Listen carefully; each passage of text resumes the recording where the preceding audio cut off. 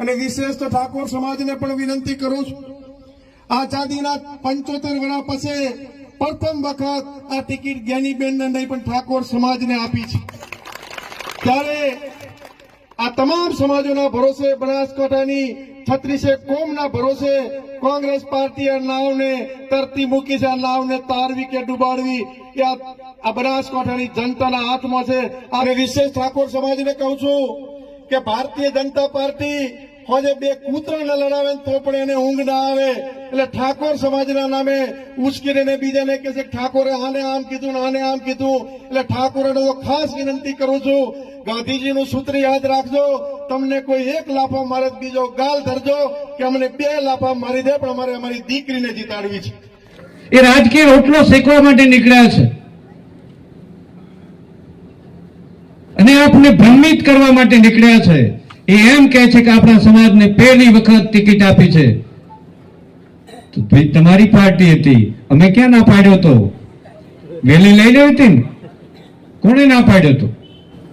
વેલી લઈ લેવી હતી તમારા સમાજની ટિકિટ, અને સમાજને ઝઘડાવવાનું કામ કરશે, જ્ઞાતિને ઝઘડાવવાનું કામ કરશે, મંત્ર રૂપી ગામડે મંત્રાઓ ઉતરી પડશે, કાન બંબેણી કરશે, તમને કોઈ પૂછતું નથી। આજે જાહેર મંચ ઉપરથી આપ સૌને હું આમંત્રણ આપું છું કે આજથી તમને ચાવલ ને ચોખા ને નિમંત્રણ છે કે જાઓ મેદાને જંગ લડો। સમય દરમિયાન ઠાકોર સમાજ કોંગ્રેસના સૌ આગેવાનો વડીલો ખૂબ સંયમ રાખે, જેને જે બોલવું હોય બોલે, પણ આપણા મોઢાથી કોઈ ખરાબ વસ્તુ ના બોલાય।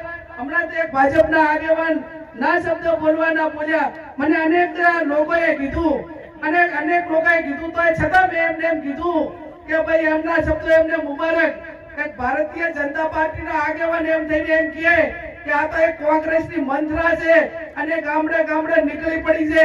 આ શબ્દ જ્યારે ભાજપના જવાબદાર આગેવાનો બોલતા હોય ત્યારે આપણે એના અમે બીજો જવાબ કાંઈ નથી આપવાનો, જવાબ એટલો જ આપવાનો છે, ચૂંટણીમાં જવાબ આપવાનો છે કે અમારી બેન દીકરી એ મંત્રા હતી, કે અમારી બેન દીકરી લોકોની સેવક હતી, અને એ જવાબ જ્યારે તમારે બધાએ સાથે મળીને આપવાનો છે ત્યારે વિશેષ ના કહેતા આપ સૌ ઘરના પૈસે 1 રૂપિયો કોઈને ફોન પણ કર્યો નથી, માત્ર પોતપોતાના સાધન લઈ અને આયા છો। આ લોકસભાની ચૂંટણી છે, મારા કને કાંઈ નથી, તમે દુવારું હાલો એટલું જ છે, જે હાલો એટલું, એટલે પોતપોતાના દુવારા દિયોદર તાલુકો દુવારામાં પોતપોતાના ગામનો ખર્ચો ઉપાડીને જે હોય એટલો, અને બાકીના જે તાલુકા છે એ અધૂરું મામેરું હતું એ પૂરું કરે।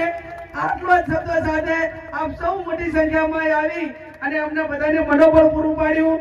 ઠાકોર સાહેબનો બધા આગેવાનોનો ખૂબ ખૂબ હૃદયપૂર્વક આભાર માનું છું।